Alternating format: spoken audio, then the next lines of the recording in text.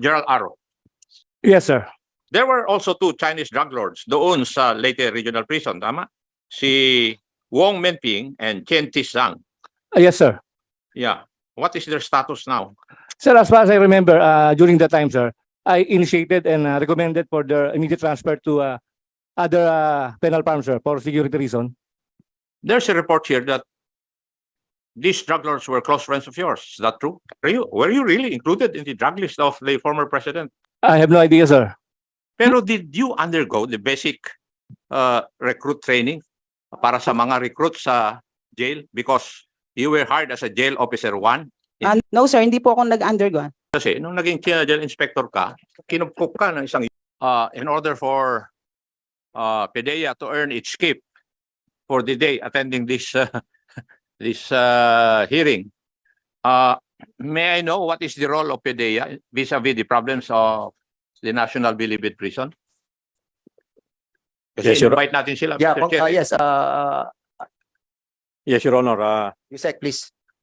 Initially, we had an office in PDEA sometime 2000. PDEA had an office in Bucor sometime 2018. So this caters to the inspections of cells and sometimes visitors and inmates as to drug possession, Your Honor. So that was in 2018. Yes, Your Honor. When did it end? Just a short correction there, Your Honor. In 2017, we had a memorandum of agreement between PDEA and Bucor, wherein Bucor provided us an office in Bucor. 2017 to June of 2018, sir, we had an office at the Bucor. But later on, after June 2018, Bucor needed the office, and so we were sent back to NHQ here in Quezon City. So, nawala po yung office ng PDEA doon. We did not stop from there. We proposed a use of rock agreement with Bucor, which was duly acted upon in 2020, hoping that we will be able to put up a facility there. Unfortunately, when we were ready to finance or put up a budget for the lot that was supposed to be for a PDEA office, hindi sir natuloy kasi we found out that the lot that was supposed to be given to PDEA was also already fenced. And so hindi na po namin pwedeng mag-construct doon. So there is a current agreement with Bucor that while they are looking for a lot that will be given to PDEA, active pa rin po yung use of rock. But again, we are waiting for the advice of Bucor. But you do not have any current operations inside the National Bilibid Prison? None, Your Honor. But sometimes Bucor asks for assistance from PDEA, and we go there to conduct the inspection of their cells and everything that they want us to check. And would you agree that illicit drug operations can be conducted inside and outside by those people inside the Bureau of Corrections? Yes, Your Honor. In fact, listening to what the Director General of Bucor said a while ago, it confirms our experience also that some transactions of drug trafficking emanate from the Bureau of Corrections. Okay. Thank you. May I proceed, Mr. Chair? Go ahead, go ahead. May report din na umabot sa aking opisina na during the previous administration, marami pong inilipat na mga PDL sa iba't ibang lugar kung saan merong branch ang ating Bureau of Corrections. Tama po ba, General Katapang? Yes, Mr. Chair, Your Honor. Pero ngayon, would it also be true that while you're transferring inmates in the Bilibid prison, you're also transferring inmates coming from the other branches of the Bilibid prison? Yes, Mr. Chair, Your Honor. Would you know na yung pag-transfer ng National Bilibid Prison dati ay nagkakaroon ng pera yan? Kasi matter of fact, according to this report, 1 million kada isa ang bayad nila para sa special trip nila galing San Ramon, Zamboanga. Mr. Chair, Your Honor, unfortunately, I don't have any knowledge about that. Kindly look into this. Yes, Mr. Chair, Your Honor, I will look into that matter. You said a while ago that you approved the construction of cobols with certain restrictions. Tama po ba? Yes, Mr. Chair, Your Honor. Sinunod po ba yung inyong restrictions. I know that they followed my instruction, Your Honor. Yes, Your Honor. Who were the officers that you instructed to implement your orders? Of course, the new Bilibid prison superintendent and down the line, Your Honor. Sino po sila? At the time, it was Angie Bautista, Mr. Chair, Your Honor. Thank you.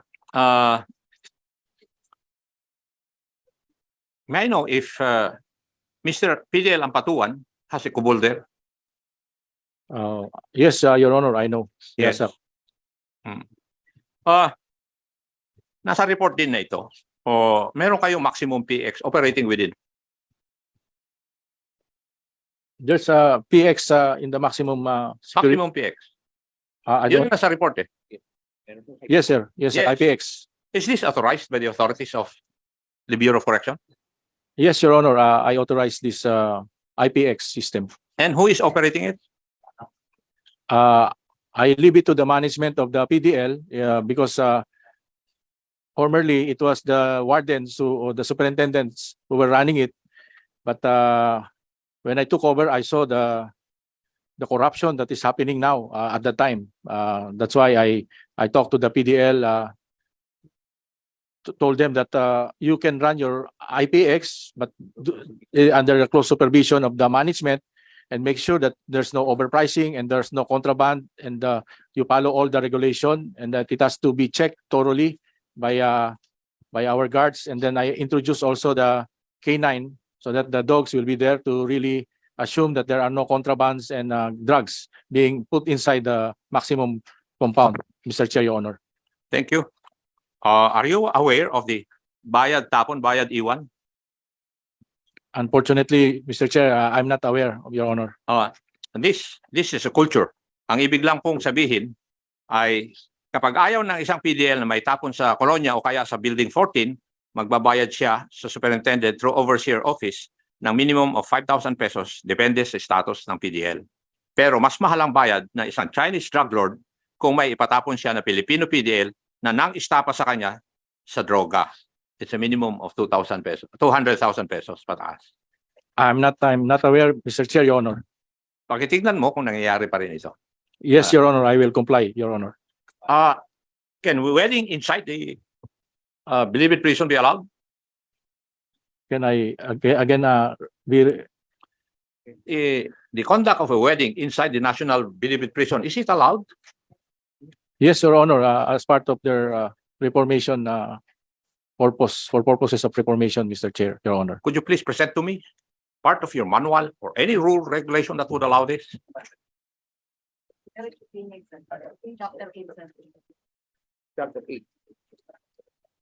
We have a manual here talks about the marriage of inmates. It's written in chapter 8. We're just locating the page, Mr. Chair, Your Honor. Yes, and what would be the provision of that manual? Under chapter 8, section 1, it talks about how request for marriage. It tells here that the inmate or detainee who wants to get married shall submit a written request, therefore with the superintendent. The superintendent shall approve an inmate's request to marry except where a legal restriction of the marriage exists, or where the proposed marriage presents a threat to the security or good order of the prison, or for the protection of the public. Who are eligible to marry, section 2. The request of an inmate or detainee to marry shall be approved provided the inmate or detainee is legally eligible to marry and is mentally competent, and the intended spouse is verified in writing an intention to marry the inmate or detainee. And then section 3, marriage expenses.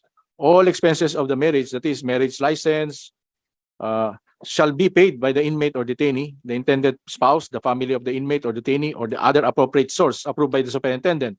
The superintendent shall not use bureau funds for an inmate marriage. Section 4, request to marry of a detainee.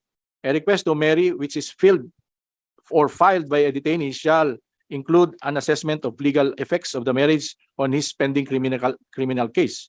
Section 5, marriage ceremony when solemnized. The marriage Okay na. ceremony, yes, General, Mr. Chair. with your indulgence, okay na. Kasi may mga magtatanong pa eh. Now, let's go to Gen.Aro.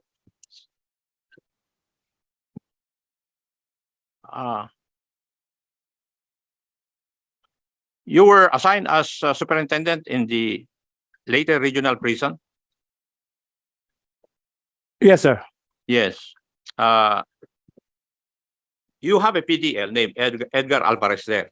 Would you remember that? Yes, sir. What happened to him?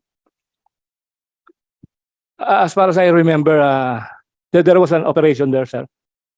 Sa loob, Yes, sir. sa loob ng Leyte Regional Prison? Yes, sir. Yung PNP, sir, during that time. Kaya nga. Opo. Did you know about it? Operation? Did you allow it? No, sir. Oh, bakit nakapag-operate? Sir, during that time, nung actual, sir, yung operation nila eh. Actual? Opo. Yung, What do you mean actual? yung the day itself and the time itself, sir, doon lang nag-coordinate po sa akin. Oh. Doon lang sila. Kumbaga, ano to? Coordination on the day itself. Yes, sir. And pumayag ka. Meron, sir, court order.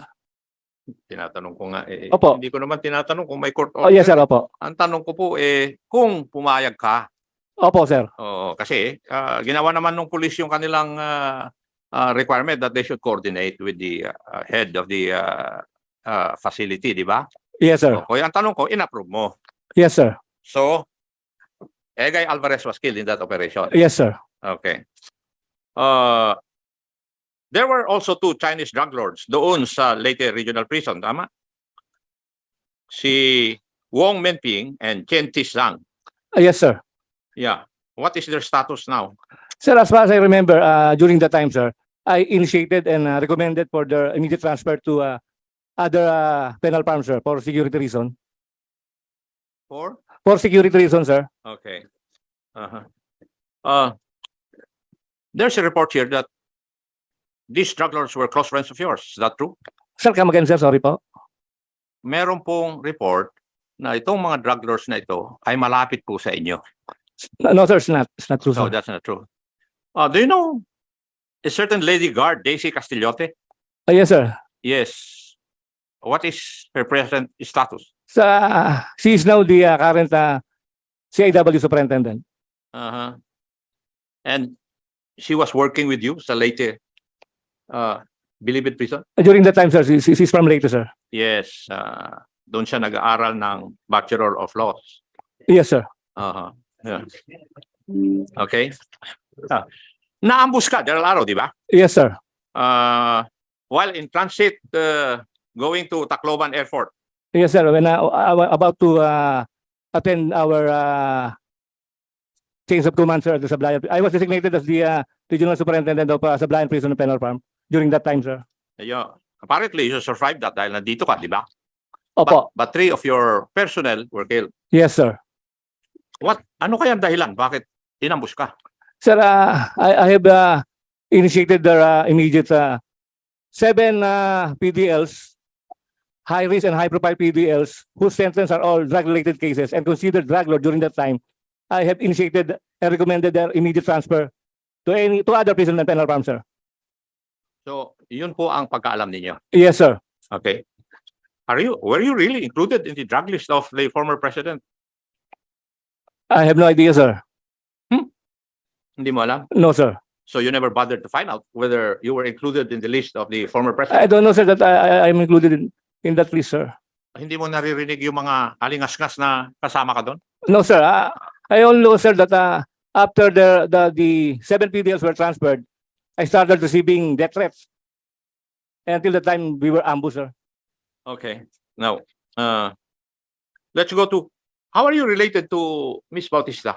Sir, with all due respect, sir, we are not related in any manner, whether by consanguinity or affinity, sir. Affinity? Yes, sir, affinity, sir. Okay. So, hindi. Yes, sir, we were not. The report is incorrect. Yes, sir. Let's go back to Angie Bautista. Kasi, ano sabi ni Kong Abante kanina, habang nagsasalita ako, pailing-iling po kayo. Is the observation of the Honorable Abante correct? Na umiiling kayo habang nag-state ako ng mga facts or statements dito?